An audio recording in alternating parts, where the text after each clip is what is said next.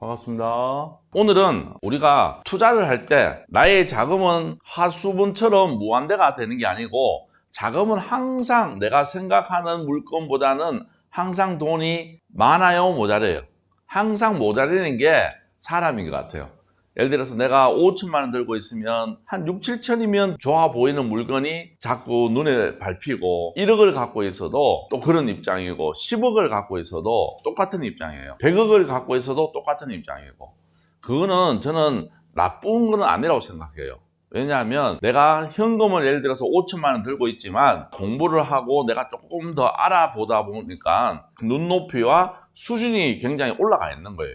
그러다 보니까 5천만 원에 투자할 수 있는 물건도 좋지만 그래도 항상 아쉬운 거예요, 이게. 왜? 지금 준비된 마음은 6천만 원, 7천만 원으로 투자할 수 있는 물건을 보고 있다는 뜻이에요. 그만큼 내가 뭐다? 준비가 된 사람인 거예요. 준비가 된 사람. 10억 갖고 있어도 똑같아요. 현금 10억 들고 있어도 내가 볼 수 있는 거는 내 현금이 항상 조금 아쉬울 수 있어요. 그만큼 준비되었다는 얘기니까 실망하시면 안 돼요. 그렇지만 우리의 자금은 한정적이기 때문에 내 돈에 맞는 투자를 하시는 게 가장 현명한 투자입니다. 그러면 우리가 지금은 주택이 내가 저번 시간에 또 말씀드렸듯이 시장이 확 바뀌고 있어요. 급변하는 시국이다.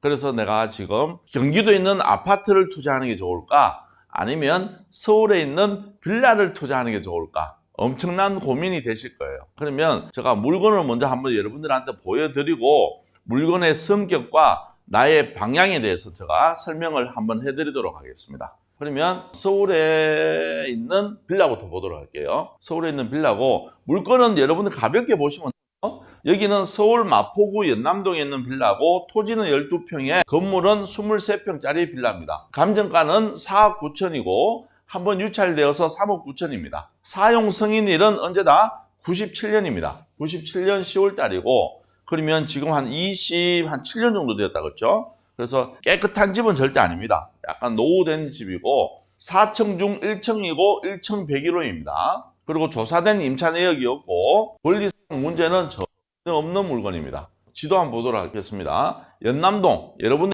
연남동 그러면 요즘 핫하죠? 여기 연남동 가시면 여러분들이 생각보다 놀랄 수도 있어요. 저도 이제 가끔씩 1년에 한 번 정도 연남동에 가는 것 같은데 작년 겨울에 갔다가 사실 제가 저번 주말에 한번 갔다 왔어요. 일이 있어서 갔다 왔는데 한국 사람 비율과 외국인 비율이 거의 50대 50인 것 같아요.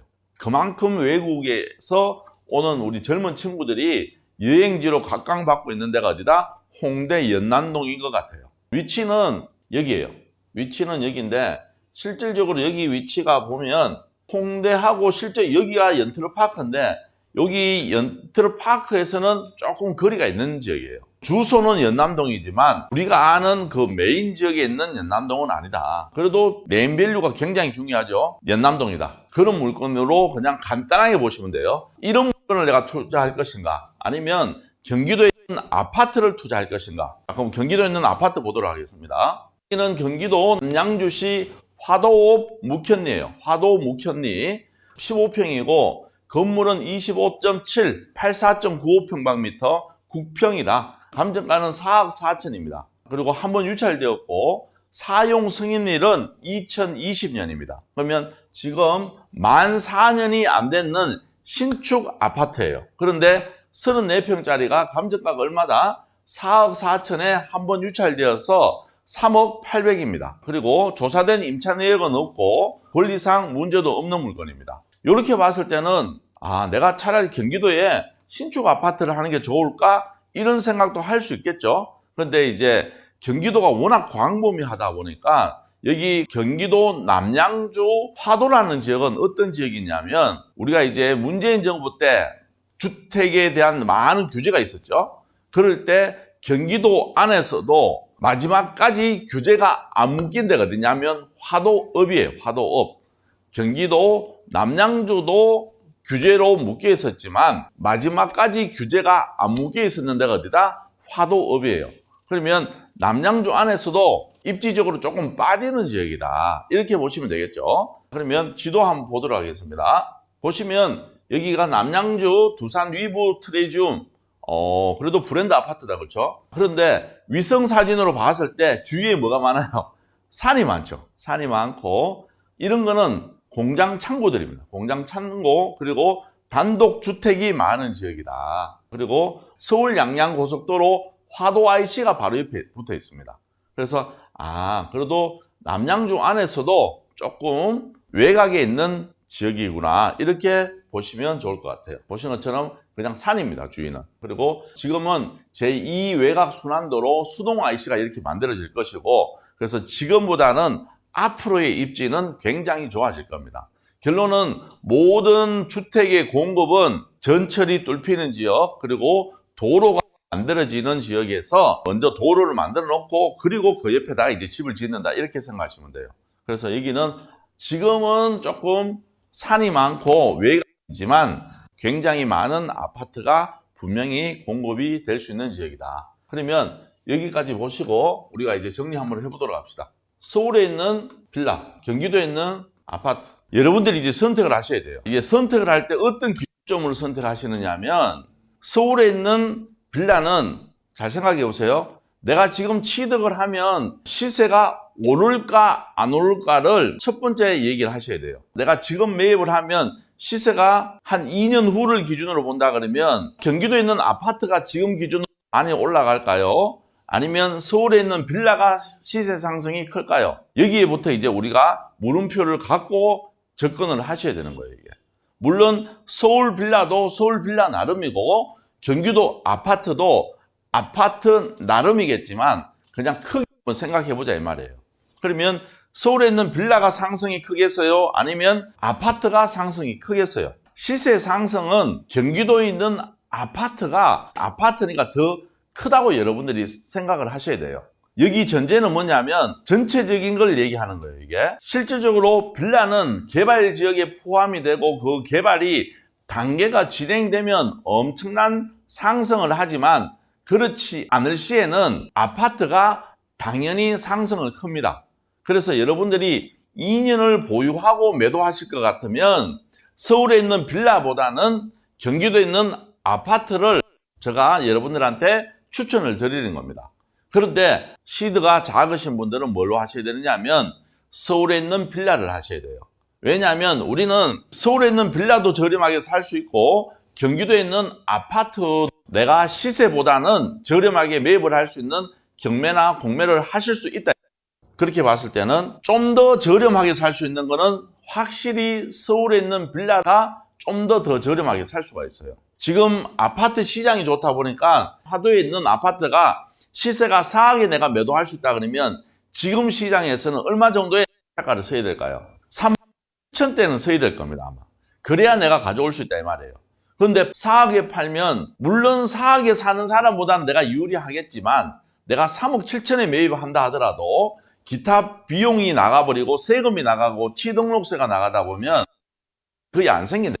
그렇지만 서울에 있는 빌라가 매매가가 4억짜리를 내가 매입을 한다 그러면 얼마에 매입을 할 수 있을까요? 3억 중반이면 매입을 할 수 있다 이 말이에요. 그리고 지금은 아파트 시장이 좋아지면 좋아질수록 서울에 있는 빌라의 입찰자들은 줄어들 수밖에 없어요. 왜? 똑같은 금액이 지금 4억대잖아, 그렇죠? 그러면 사람들이 빌라를 입찰을 들어갈까요? 아파트를 입찰을 들어갈까요? 심리적으로. 당연히 돌릴 수밖에 없다 이 말이에요. 그러니까 내가 지금 보유할 것 같으신 분들은 그러니까 2년 이상을 보유할 계획을 갖고 계신다 그러면 지금은 경기도에 있는 아파트가 훨씬 내가 수익을 많이 낼 수 있다 이 말이에요. 그리고 단기 매도로 빨리 지금 낙찰받고 시세 차익을 크게 해서 매도하고 또 낙찰받고 매도하고 하실 분들은 무조건 서울 빌라를 하셔야 돼요. 그리고 지금 아파트 시장이 좋아지면 좋아질수록 서울에 있는 빌라의 입찰자 수는 줄어들 수밖에 없어요. 정말 이해되십니까? 줄어든다는 것은 결론은 입찰 가격이 낮아진다는 뜻이고 아파트 시장이 좋아지면 아파트 쪽으로 사람들이 입찰 가격은 높아질 수밖에 없어요. 그래서 지금 여러분들이 여유 자금을 갖고 입찰을 준비하시는 분들은 아파트를 하실 분들은 조금 더 빠르게 지금 진입하셔야 돼요. 그리고 구축보다는 무조건 신축 위주로 가셔야 되는 게 맞아요. 지금은 시장 자체가. 왜? 공급이 없기 때문에 상승할 때는 구축보다는 신축이 훨씬 더 빠르게 상승할 수밖에 없습니다. 그러니까 여러분들이 나의 자금을 갖고 지금 뭔가를 빨리 투자하고 싶다 이러신 분들은 계획을 명확하게 잡으셔야 돼요. 그래서 내가 빨리 단기 매도로 돌리신 분들은 서울 빌라를 하시고, 서울 빌라 중에서도 구축이 좋을까요? 신축이 잘 팔릴까요? 결론은 신축이 잘 팔릴 수밖에 없습니다. 왜냐하면 빌라라는 상품의 성격을 여러분들이 잘 이해하셔야 되는 게, 빌라는 누가 매입을 하는지 그 시장의 특징을 여러분들이 이해하셔야 돼요. 첫 번째, 빌라는 누가 많이 매입을 할까요? 연세 드신 분들이 많이 매입을 하실까요? 젊은 친구들이 많이 매입을 하실까? 당연히 젊으신 분들이 많이 한다 이 말이에요. 그리고 30대 40대 초반에서 매입하는 비율이 훨씬 더 높다 이 말이에요. 그러면 이분들을 타겟으로 했을 때는, 기존에는 빌라는 아파트를 넘어가기 위한 징검다리 역할을 해줬어요. 그래서 어떤 분들은 빌라를 매입하셨던 분도 계시고, 어떤 분들은 빌라에서 전세로 거주하시는 분들이 많이 계셨어요. 그런데 전세 사기라는 사건이 터지면서 이분들이 엄청난 혼돈에 빠지신 거예요, 이게. 그래서 보증보험을 가입을 하신 분들은 천만다행으로 자기 돈을 다 받고 나오실 수 있었어요. 그런데 돈은 받고 나올 수 있지만 어디 가냐가 중요한 거잖아. 중요한 거는 어디 가야 돼요? 내가 빌라의 전세를 예를 들어서 한 2억 5천에 계셨다. 근데 천만다행으로 우리 집이 전세 사기 사건의 목록에 있는 집이었어요. 그런데 나는 보증보험을 끊어놨기 때문에 전세금은 100% 내가 다 받을 수 있어서 나올 수 있어요. 근데 중요한 거는 이제는 어떻게 하겠냐 이거지. 어디 갈 거냐. 그러면 이분들이 또 빌라의 전세로 들어가실까요? 안 들어가실 것 같아요. 여러분이라면, 여러분들의 만약에 동생이라면, 아니면 여러분들의 가족이라면 어떻게 하실 것 같아요? 한번 그런 경험이 있는 분들은 차라리 그 돈이면 대출을 받더라도 매입을 하자는 쪽으로 무조건 방향이 턴이 되실 겁니다. 물론 자금이 조금 더 있다 그러면 아파트로 가려고 하는 마음은 꿀뚝 같아요.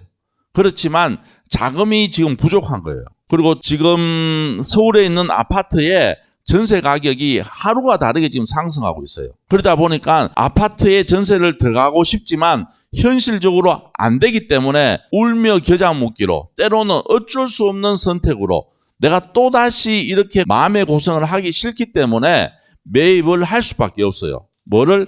서울에 있는 빌라를. 그럴 때 여러분들 구축을 매입을 하실까요? 신축을 매입을 하실까요? 당연히 신축급에 나와 있는 물건을 매입하실 수밖에 없다 이 말입니다. 그러면 어떤 지역에 서울에 있는 빌라 신축급이 경매로 나왔을 때 내가 관심을 가져야 되느냐. 30대 40대 직장인들이 일자리가 많은 지역으로 당연히 선호하시겠죠. 요 원리만 아신다 그러면 여러분들이 어떤 지역에 경매 물건이 나왔을 때 내가 관심을 갖고 내가 낙찰을 받고 단기 매도가 잘 될지를 여러분들이 고민한다 그러면 답은 정해져 있습니다. 그렇게 여러분들이 보시면 되고, 경기도에 있는 아파트도 제가 다시 한번 말씀드릴게요. 경기도에 있는 아파트도 마찬가지입니다. 경기도에 있는 아파트도 실질적으로 지금 1기 신도시의 선도지구 지금 지정을 하려고 기준표가 오늘 나왔습니다. 그런데 잘 생각해 보세요. 제가 봤을 때는 분당 이외 지역은 분당을 그냥 따라가는 흉내만 낼 것이고, 의외로 또 반대하시는 분들도 많다고 제가 얘기 들었어요. 잘 생각해 보세요. 나는 그거 보면 이해가 안 되는 게, 실질적으로 반대할 때 반대하더라도 왜 반대하느냐 하면 분담금 때문에 반대하는 거예요, 이게. 분담금 때문에. 근데 생각해 보세요. 분담금 때문에 반대한다는 건 저는 그 상식적으로 안 맞다 생각합니다. 왜냐하면 내가 그 집을 팔면 되지. 언제 팝니까? 선도지구로 지정되면 집값이 올라갈까요? 떨어질까요? 무조건 상승할 거 아니에요. 그리고 팔고 나오면 되지. 그럼 그 돈 가지고 또 다른 거 사면 되지. 그럼 반대할 이유가 뭐 있습니까? 맞잖아. 나는 그런 거 보면 너무 안타까운 거예요, 이게. 왜 반대하지, 사람들이? 물론 자기 분담금이 있겠죠. 그러면 내가 이 분담금을 내지 못하는 상황이라면 높은 가격을 만들어 놓고 내가 엑시트하고 다른 단지로 이전하면 되지. 이사 가면 되지. 맞잖아. 내가 왜 이런 얘기를 하느냐면, 경기도에는 현실적으로 재건축하기가 힘듭니다. 이해되십니까? 그러면 결론적으로 뭐냐면, 경기도는 신축급 아파트를 무조건 매입을 하셔야 돼요. 그리고 앞으로는 지방도 재건축하기는 쉽지 않을 겁니다, 분명히. 그러니까 여러분들이 광역시급이어도 이 단지가 벌써 30년이 넘었네, 재건축 이슈가 있지 않을까, 앞으로 재건축하면 좋을 것 같은 위치인데 이런 생각은 하지 마시라고 제가 말씀드리는 거예요. 그러면 결론적으로 뭐냐면 내가 신축급 아파트를 입찰을 봐서 낙찰을 받고 한 2년 보유하다가는 뭐 하셔야 된다? 엑시트하고 나오셔야 된다는 뜻이에요. 계속 보유하는 건 아니다는 뜻입니다. 이제는 여러분 생각해 보세요. 인구 때문에 절대 그런 건 아닙니다. 서울의 인구가 1000만 넘었다가 지금 950만까지 떨어져 있죠. 이것도 제가 봤을 때는 이제 가면 갈수록 서울의 인구는 줄어들 수밖에 없어요. 그리고 업무지구가 늘어날 것이고 결론은 경기도는 베드타운이 될 것이고 서울은 주거와 일자리가 혼합된 지역으로 바뀔 것입니다. 그렇게 봤을 때는 경기도가 베드타운이기 때문에 그 안에서 재건축하는 것은 현실적으로 힘든 상황이다. 결론적으로 경기도에 있는 아파트를 내가 낙찰을 받는다 그러면 한 2년 정도는 보유하다가 빨리 매도하시고 결론은 서울로 들어오셔야 된다는 뜻으로 말씀을 드리는 겁니다. 경기도에 있는 아파트를 재건축한다는 것은 이제는 거의 하늘의 별 따기일 수도 있다. 의외로 지금 경기도 1기 신도시만 하더라도 공급을 많이 했잖아, 그렇죠? 근데 그 공급을 많이 했는 것을 지금 정부에서 너네들한테 혜택을 줄 테니까 재건축 한번 해봐. 그 대신 제일 중요한 거는 주민 동의율이야. 실질적으로 지금 서울에 있는 재개발 재건축을 하기 위해서 동의율이 몇 프로 나와야 돼요? 밑그림 그리기 위해서는 30%가 나와야 되고 사업을 시행하려고 그러면 그러기 위해서 나중에 조합을 설립하려고 그러면 75% 정도 나와야 된단 말이에요. 75%. 왜 75%를 하는지 알아요? 의외로 70%에서 깨지는 단지가 많대요. 그래서 기준점을 75%까지 해놓은 거예요, 이게. 그런데 지금 1기 신도시에 선도지구로 지정되려고 그러면 누가 95%에 가까이 가느냐 이 싸움이랍니다, 지금. 항상 95% 가까이 가는 사람이 이기는 게임이기 때문에 결론은 95%는 넘기는 힘든다는 뜻이에요. 95%는. 그래서 지금 어느 단지가 지정될지는 모르겠지만 실질적으로 현실적으로 앞으로 경기도에는 재건축이 그만큼 힘든다는 것을 여러분들이 꼭 알고 계셔야 됩니다. 이해되시겠죠? 그러면 자 이제 정리해 드릴게요. 똑같은 자금으로 내가 빨리 자금을 만들어서 갈아타서 좀 더 큰 걸 하고 싶다 하시는 분들은 서울에 있는 빌라를 하셔서 빨리 자금을 회전하시는 게 좋고 내가 한 2년 정도 시간을 두고 투자하실 분들은 경기도에 있는 신축 아파트를 하셔야 되고 제가 말하는 서울에 있는 빌라도 단기 매도하기 위해서는 구축보다는 신축이 유리하다는 것을 여러분들한테 다시 한번 말씀을 드리는 겁니다. 그래서 여러분들이 똑같은 자금으로 선택을 할 때 나의 시간을 잘 생각하고 투자를 하셨으면 좋겠다. 이해되시죠? 그래서 여러분들이 현명한 판단을 하시기 바라겠습니다.